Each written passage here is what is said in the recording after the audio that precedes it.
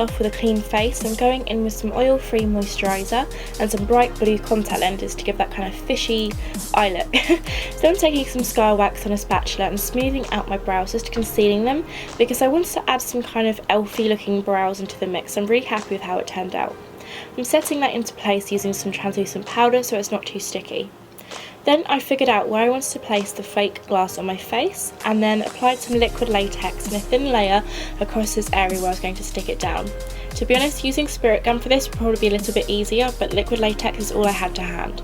Then I'm taking some scar wax and warming it up in between my fingers, and then I'm going to roll it into a sausage shape and apply this on top of the liquid latex, which I've let dry just a teeny little bit.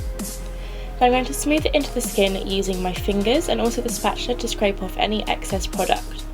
Please be patient with this because I promise you the effects will be amazing, so it really does look like skin once you've got it into place and kind of smoothed out the edges. After I've smoothed out the edges, I'm going to take the pointy bit of the spatula and cut a line directly through the middle, as this is where I'm going to place the fake glass, which is literally just a eyelash case that I smashed up. Or you could also use a bit of a CD case if you didn't want to use it anymore. Any bit of kind of clear plastic will do. I'm taking bits of liquid latex and a cotton pad and just going over the edges of it to really kind of sink it into the skin and make it look like it's actually in the skin and not just resting on top. So I've had several layers of liquid latex and went ahead and dried them in between using a hairdryer. Then I wanted to add a tiny bit more glass just for more texture, so I applied a little bit more plastic with some liquid latex and did the following steps before. Then I'm going in and priming the skin because mermaids still have beautiful primed skin, obviously.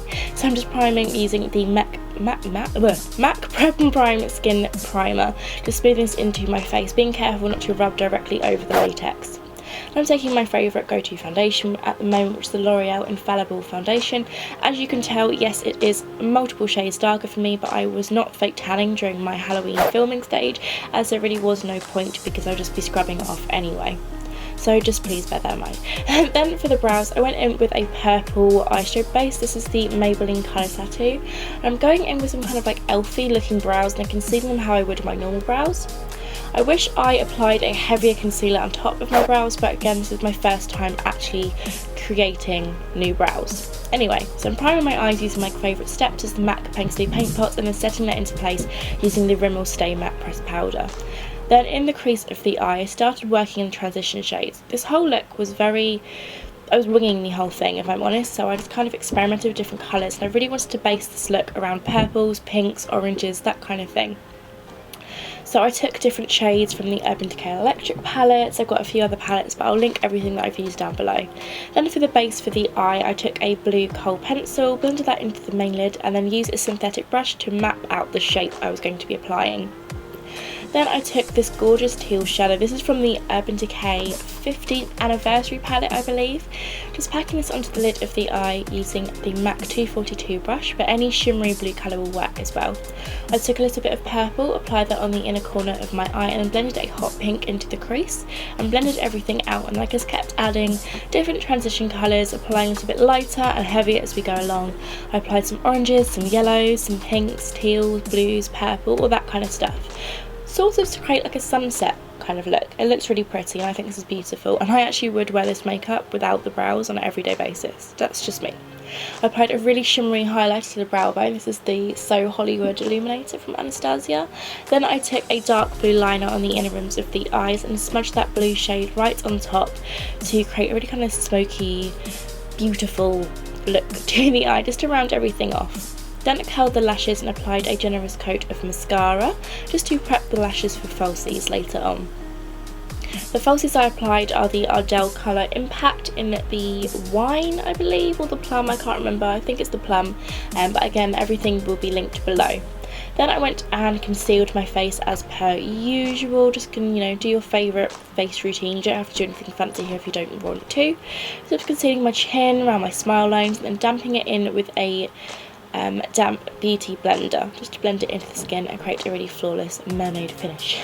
Then I'm taking a very extreme highlight because I wanted to have a very warm bright, dazzling glow to the skin. This is from the sleek new Solstice highlight palette, the cream shade. I'm setting everything into place using a translucent powder and then cleaning off any of the excess makeup product off the fake glass just to give it a more realistic look, because the fake glass probably wouldn't have makeup on it. Then I'm going to bronze up the parts of my face that I can reach. I'm just using my go-to NYX matte bronzer and then contouring with the Anastasia contour kit.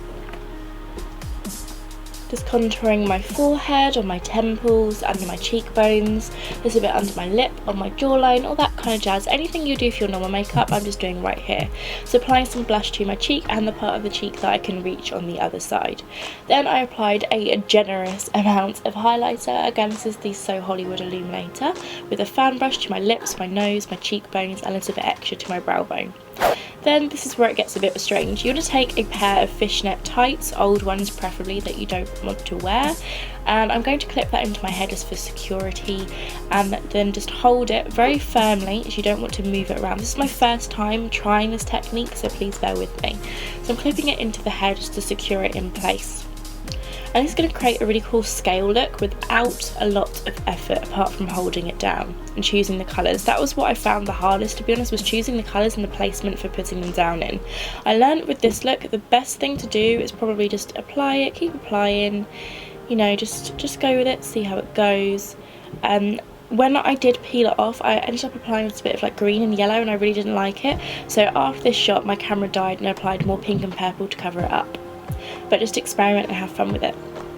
Then into the wound, I applied some black to the deepest parts. It's the same technique as my zombie tutorial, applying the black in the places that you want it to look the deepest, so preferably right around the fake glass, and applying some red on top, and applying a generous amount of blood. Lots and lots and lots and lots of blood, because I can imagine you could be bleeding quite a lot with this kind of makeup. So applying some blood. I also applied some brown powder to the outsides to make it look a little bit more rotten kind of looking. I didn't really know what I was doing here, I was kind of winging it, but again I loved it. So for the lips, I'm just outlining them very dramatically using a kind of plum liner. This one's from Maybelline, I forget the shade, but it's kind of like a plummy red colour, perfect for autumn. But I wanted a really dramatic lip line. Then for the middle of the lips, I took a white lipstick and just applied this in the centre parts of my lips. This is the Kiss Cosmetics Kiss Stick. I can't remember the shade, but it will be linked below and I love their products. So then onto the lips, I'm applying just a bit of the Sigma gloss. This is the iridescent holographic kind of one. Applying some glitter to my lips is the Makeup Geek hologram pigment, and then I'm applying some gems underneath my brow. This was mainly partly to cover up the darker part of the brow that the scar wax didn't seem to cover up, but I actually really like the way the gems look, and if I had the time when filming the tutorial, because I was filming at like 2 o'clock in the morning, I would have applied loads and loads to my temples. Applying a heavy amount of MAC Reflex Pale Glitter to the inner corners of my eye, a little bit to my lip as well for some extra dazzle. Then onto the blood. I'm applying so much blood it's ridiculous, and after filming the tutorial I added extra and it dripped down the side of my face and it looked so cool, but it really tickles when it drips down your face. Then I'm taking this stippling sponge. If you don't have one of these, I would suggest just buying any old sponge and just completely ripping it up and cutting into it and making it all rough. This is the finished look. I am so happy with this makeup tutorial. It took me so long to edit, but it's so worth it. I really hope you enjoyed this makeup look, and feel free to give this video a big thumbs up, and don't forget to subscribe and wish me get well soon. Thanks for watching. Bye.